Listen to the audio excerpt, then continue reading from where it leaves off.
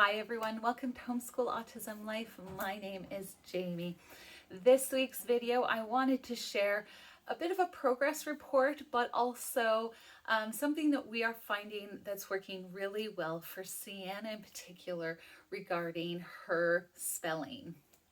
So if you don't know, I am a mom to 3 children. My son is Darian and he's 12, and I have 2 typical daughters who are 11 and 9, and Darian is autistic. I don't know if I said that before, but I thought I would repeat it just in case. Uh, and so today I'm going to be talking specifically about my youngest, Ceana. And I'm going to leave a link down below to the video where I talk about her having eye therapy. And it's something that I've shared a lot in recent months just because I've been finding a lot of people talking about it and asking about their child struggling to read, struggling to do math or spelling. And it's stuff that my daughter went through pretty hard in grade 1 and grade 2, and she repeated grade 2 in a bricks and mortar school. And then COVID happened and she was going to be moved on to a different teacher that I thought probably wasn't going to fit as well. And so it was one of those things where we needed to do eye therapy. And so that link, if you're looking for more information about how we found eye therapy and what it's all about, it's so simple, guys, and it saves them a whole bunch of heartache. So if you can get onto it early, that is awesome. But we are talking more about, in this video, the recovery process, the process by which Ceana has been learning to come out of the tummy ache phase or the I can't phase because she's just so disheartened by the fact that she couldn't keep up with her peers. And so that's the great thing about the eye therapy, is that once we got the all clear from her doctors, the great thing was that now we could build self-confidence. And we quit doing eye therapy about a year ago, a little over a year ago. And I'm so happy to report that she is reading for fun.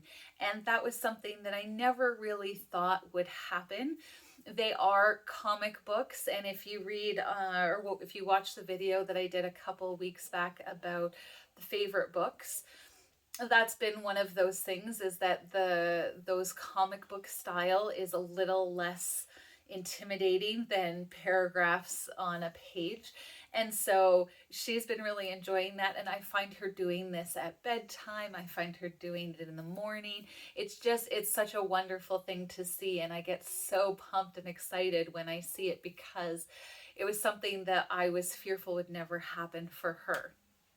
And so as we've been on this road to recovery, if you will, it's been very interesting because she can't really go back to doing stuff like, say, the kindergarten grade 1 phase where you're learning how to read and stuff like that, because it's all very, very more juvenile books, more not suited towards her and her abilities or what she thinks people in her grade might be doing. And so I've had to be really careful to make sure that the comic books that I get for her are things that she is super interested in. Dragon Riders, I can't remember, but I will link a couple of the books down below so that you can see. But she's 9 years old in grade 3, but her classmates are in grade 4. And the other part of it is that she's just, she's going to be 10 this summer. And so, going back to some of those more juvenile books actually really frustrates her, even though she might not be ready to read. But it's this dichotomy, if you will, of fighting what she knows and what she's confident with, what she can actually do and what she feels her age group is reading. And so that's been a fine line to kind of dance around, if you will. And so what I wanted to share was, while she's reading and doing that really well, she has been struggling with spelling for whatever reason, that rote memorization of here's your spelling list and then here are the words that you need to write, and even just 8 of them was too much. We had all these tricks, and I was like, okay, remember, after the B and the L for ball, you'd need 2 sticks to hit the ball. Or like I would try and do a lot more visual clues for her, because those seemed to be really what stuck with her. But then we would do a spelling test and she would lose all confidence, and I would need to kind of go, remember the sticks? And excuse me. And then I would mark that page and I'd be like, oh, I can't really say she independently spelled those words, because I needed to give her that boost of confidence or remind her of the tricks that we were using to spell ball or whatever. And so I wanted to give you an example of just a couple of words of the way she was spelling previous to her eye therapy. And I wanted to do this just because if you have a child who you're like, I don't even know where you got those letters from, eye therapy might be something you want to look into. But also, if you're in the stage where they're doing better in reading, then maybe the spelling program that I'm going to talk to you about makes more sense. So this was how she spelled teacher. And the amazing thing about her was that months later, she could read those words as teacher. And I was like, I don't know how you do that. This is the word friends. This was the word lions. I'm like, I don't even know how you're getting that. This is the word for girl. And this was her way of spelling boy. And so that was how that was the start of her spelling, and how like there was no rhyme or reason. And I mean, English is so hard and so tricky because there's a whole lot of exceptions to the rule, and there's so much that you just need to be able to remember and instantly recall, and she just doesn't have a memory for that. And so this year, as I've been teaching her, I've done kind of an about face and said, okay, rote memorization, no matter how well her eyes are working now, is working. Her brain just doesn't work that way. And so I started looking for a program that I could use to help her. And what I landed on was Spelling You See. I figured, not just because of how they say spelling you see, and it's such a visual thing, and she is such a visual learner, but also because just like their Math You See program, it's all about mastery before you move on to something else. And we are literally, I don't know, not even that far into the book. We are on page 21.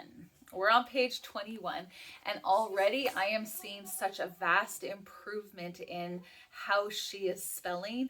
It's crazy to me, and I'm hoping that maybe it's a combination of doing this and, her memory kind of clicking into words that she is reading, but I don't know. So I'm going to share with you this book. Now, part of the reason why I went with this program as well was I knew she needed something more than what I was offering. And we do gather around homeschool as our main homeschool. And that one, it was really good, but because she's in such a further, like she's in early elementary, they've already gone past the early reader. And if I tried to put her back in early reader, I think she would just get really, really frustrated with me. And she likes to, if she can get away with doing just the drawings, because they go write this or draw it or have a parent, dictate to your parent to write. And if she can get away with it, she will draw every single time. She's a lot like her mom. And so if she can do an artistic version of the answer, she will go that route every time. So I decided that I needed to do more writing with her, more of that sort of thing. And so that's where this book comes in. Now, when it came to placing her on the Math You See book tour, if you will, they have several different books. No, where did you go? There it is. So they have several different books, A, B, C, D, E, F, and G. And I was really trying to figure out whether or not she should be in the Jack and Jill one. So that's the B letter one. And I kind of wondered, because it was all nursery rhymes, whether she, again, would feel like it was way, way, way too young. And yet, when I was doing the testing and the placing, I thought, like, it's really close between the C and the B level. And so what I ended up doing was getting the C, because the first part of the book is doing nursery rhymes. So this is Twinkle, Twinkle, Little Star. This is I'm a Little Teapot. And the funny thing was is that I thought, if she is really Little Boy Blue, if she is really hating it, I can tell her, you know what, we just need to get through these, and then we're going to be talking about wild animals, which she likes watching the Wild Kratts and that sort of thing. So I thought that I might be able to get away with this, and she has not at all complained about the nursery rhymes at all. So I'm super pumped and excited. What I love about it, for those who don't know what spelling you see is, they really highlight things like vowel chunks. And then your child takes the erasable pencil crayons, which she loved because it was like, yay. And I'm like, you can't use it for anything but this book. Mommy was mean and evil. But I was like, it really hones in on the vowel chunks, so that it kind of highlights it for them, so that they kind of see those chunks and go, oh, okay. And because there's a lot of repetition in saying the word and like pointing out the word as you're saying that rhyme, there's clapping. She's very musical as well, so being able to sing the I'm a Little Teapot, or I don't know if Little Boy Blue has a song, but it might, but we didn't sing it. But she really, really enjoyed it and really saw the spelling. And so what I want to share is, after 20 pages, not very much, she has been writing her verses. This was dictated to her, and out of all of these, she got 2 wrong. 2 spelling words wrong. She's actually noting the vowel chunks, which I think vowels gave her the hardest trouble, and the DR sound, dr, so I'm hoping that that will get covered in this book and she will be able to see that as well. But it's an awesome thing to see your child start to succeed and start to gain a little bit of confidence, because even with this, you know, the last several months, she would get, and, you know, very sad when I would correct, where this time, because I'm saying, look, you got most of them right, you just missed this one by 1 letter, like words she spelt with an I. And heaven was afar off, but at the same time, I can sit there and go, you're doing it, you're doing it, you're doing it, and you can succeed at this. So I just wanted to give that update, but also just share, if you are having a child that's struggling with spelling and is a visual, auditory, like, you know, visually can and hear the words but not necessarily spell them, then Spelling UC might be the way to go for you and your child as well. We also don't do it every day. So another hint that this is something that might help bridge the gap when it comes to just those tricky spelling words.